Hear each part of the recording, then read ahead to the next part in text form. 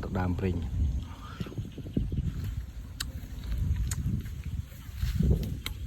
pring thông thông á phải em mà đàm nè đàm phải em tại vì sẽ tôm mùi mùi rồi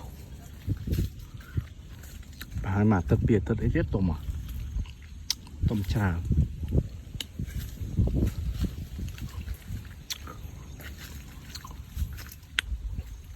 mình thấy phải em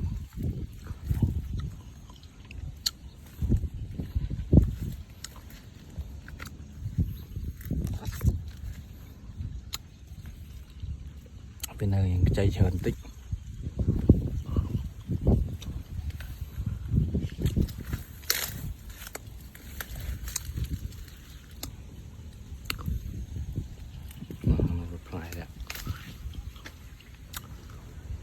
chạy chờn